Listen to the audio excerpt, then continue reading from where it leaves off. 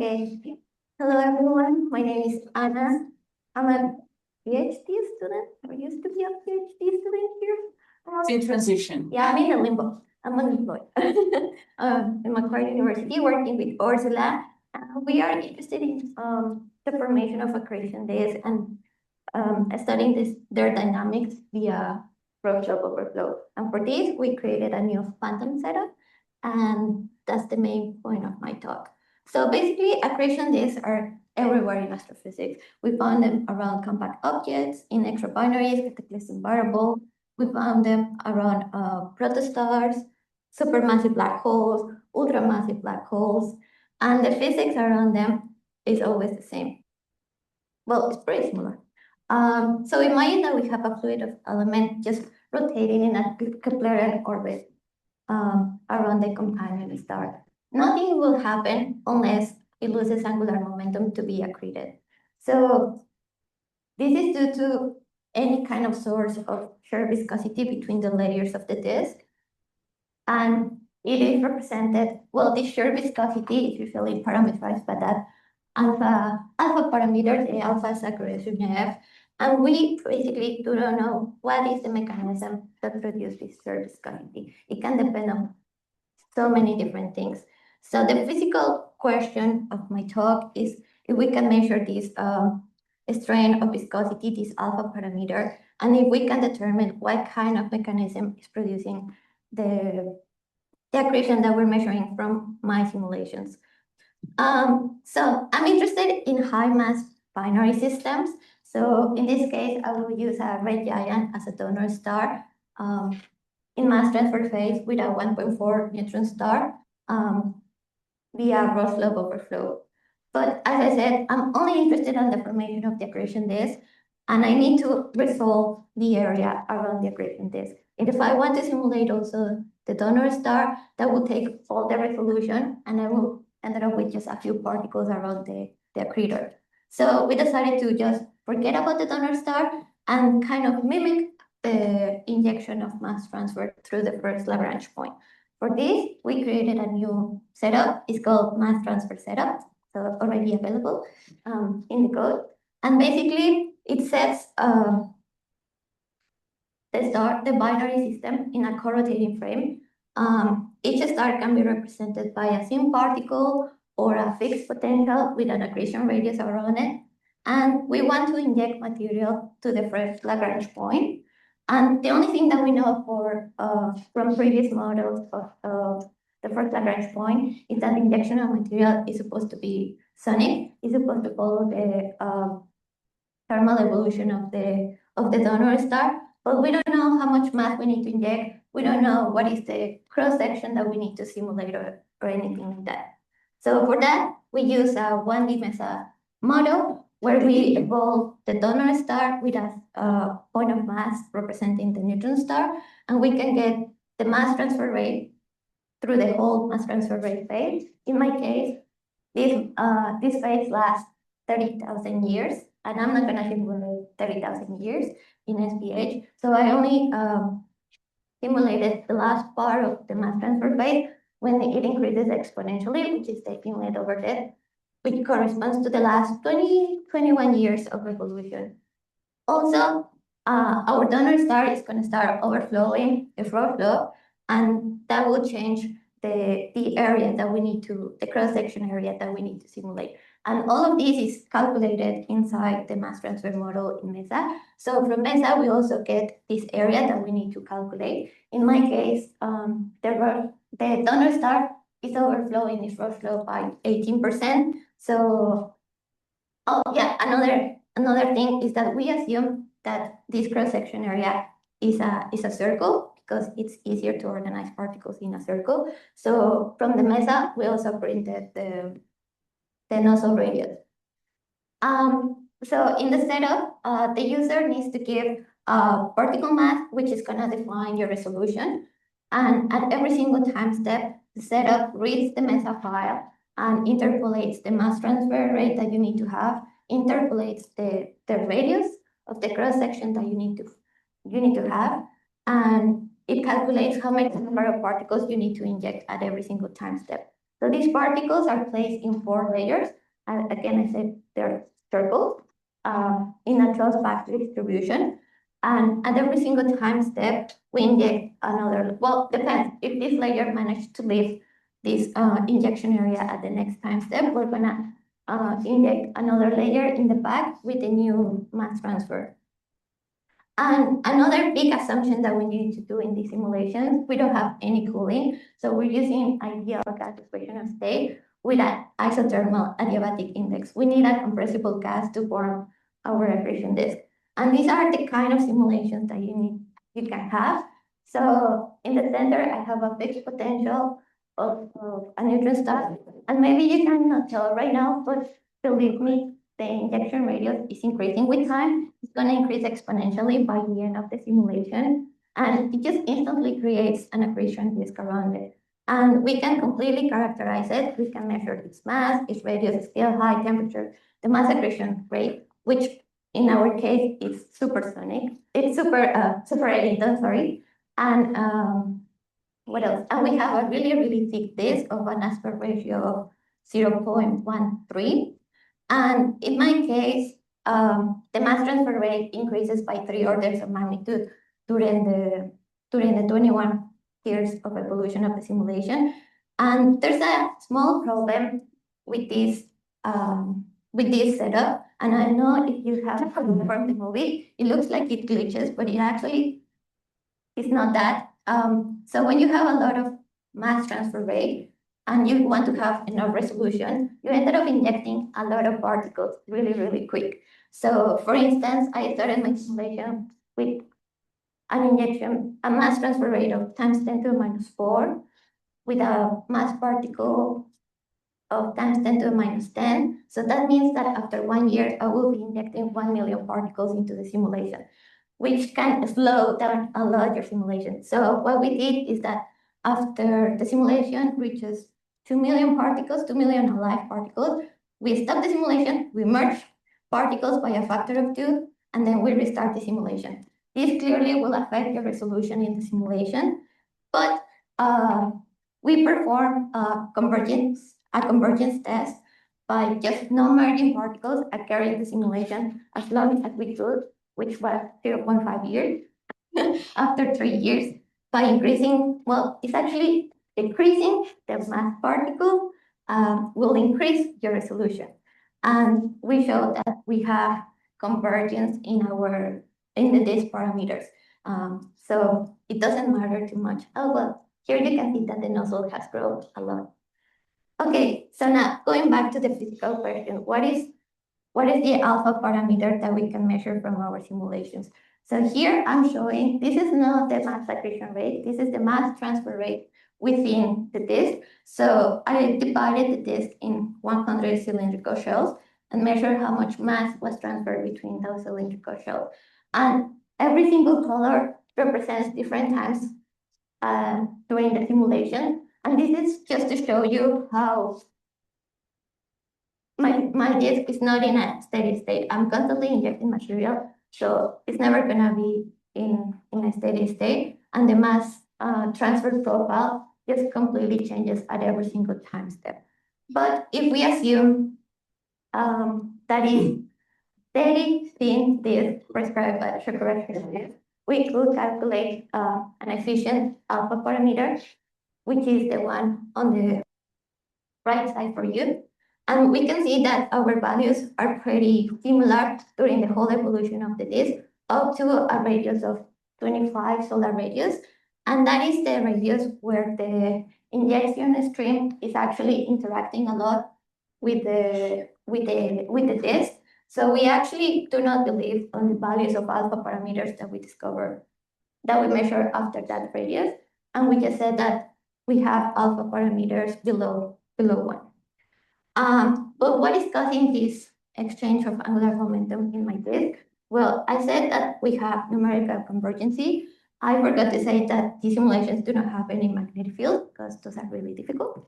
So the only thing that we can have in our simulation is shocks and turbulence.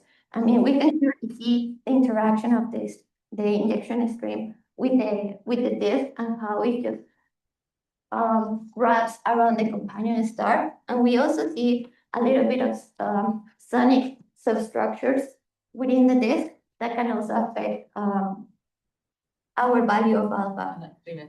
Okay, oh, no. So we measure the turbulence using the Reynolds stress. The Reynolds stress is how much turbulence, have the hydrodynamic turbulence in your simulations. And we found this is a similar plot at different times for the evolution of the disk.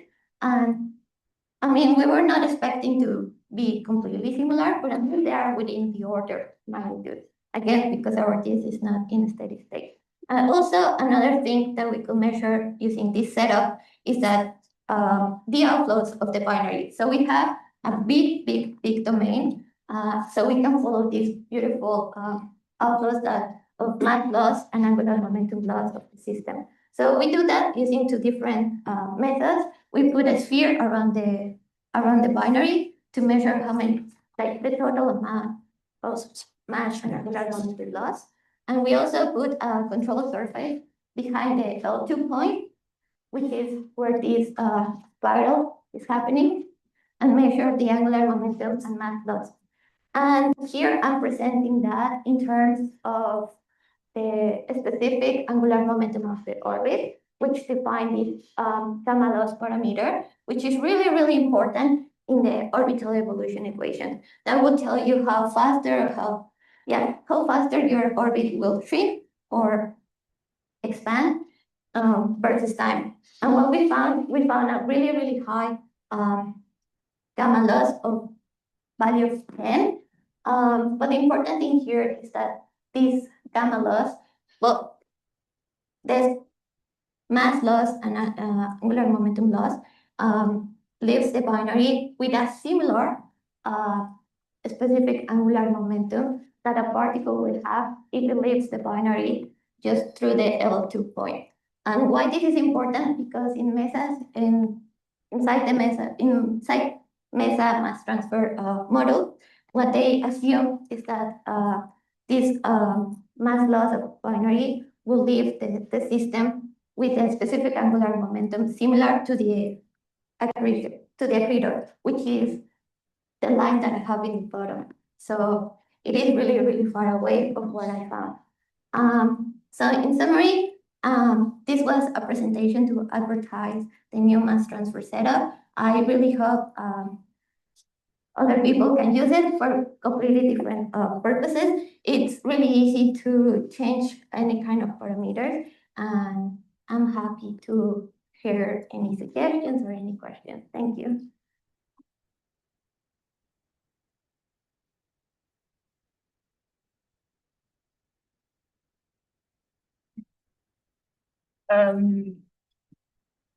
So your mass transfer rate is really dependent on your MESA models? Yes. Yeah. How, what do these MESA models look like? What do you mean? As in which parameters did you tweak? Is it like a standard?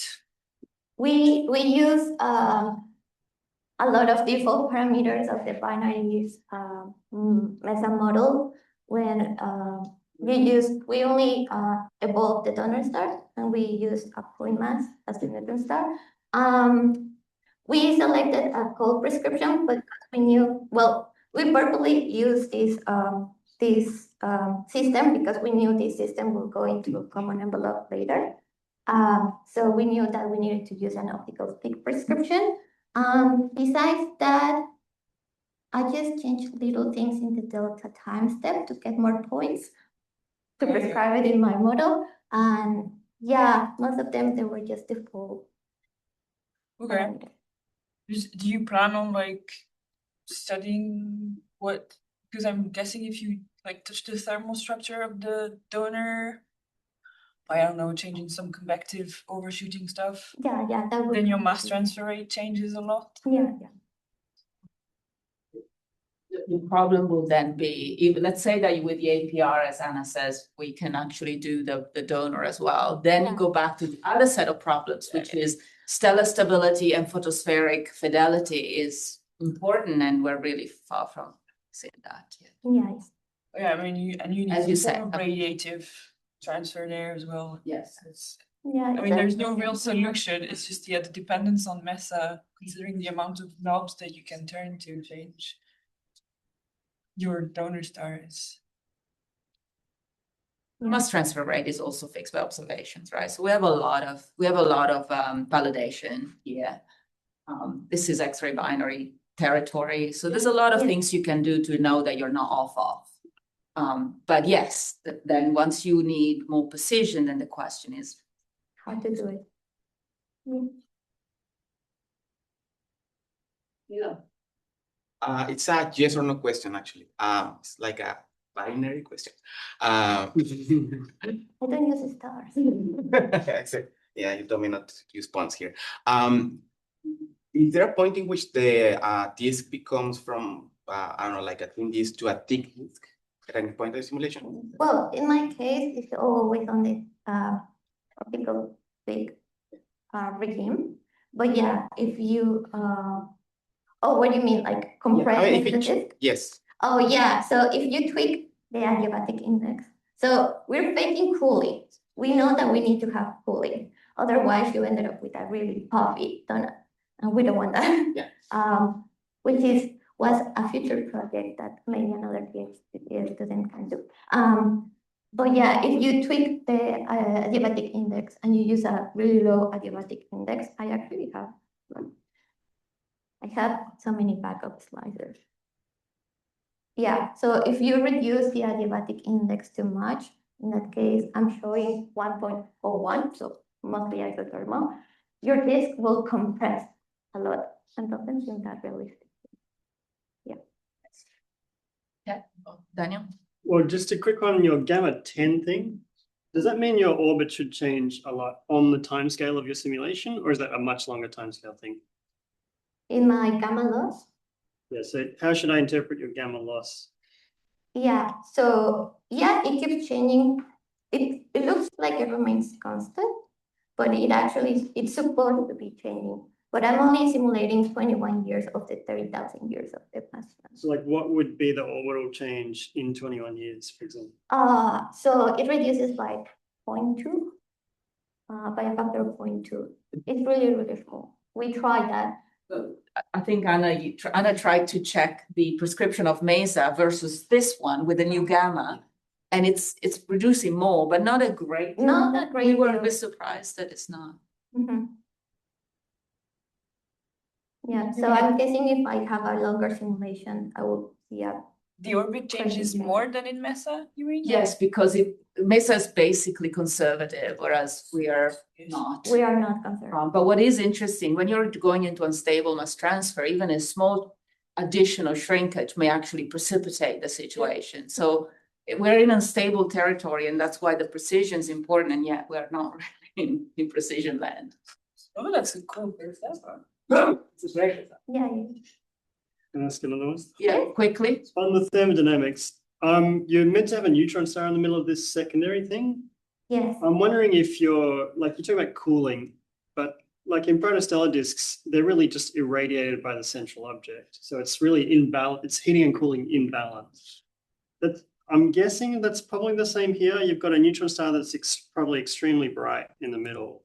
And that's probably what would be setting the temperature of that disk. Is that correct? Or is Yeah, that? probably. Yeah, the center of the disk, I have really, really high temperatures of times 10 to the 7 Kelvin.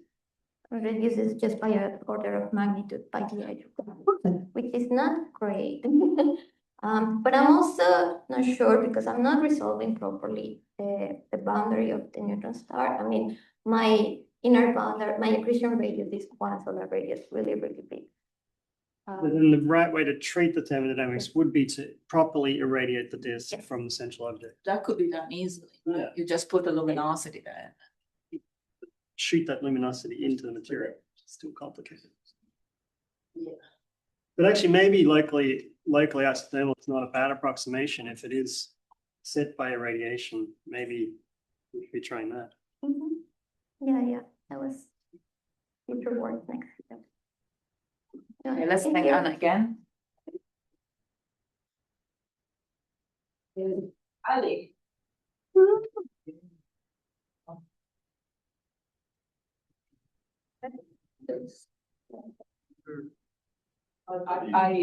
Just share your talk on Zoom. Oh, okay. Are you on Zoom? No, I'm no. gonna push it because but I cannot find Is it? I think it's Kiku. I Uh, cannot find my map. your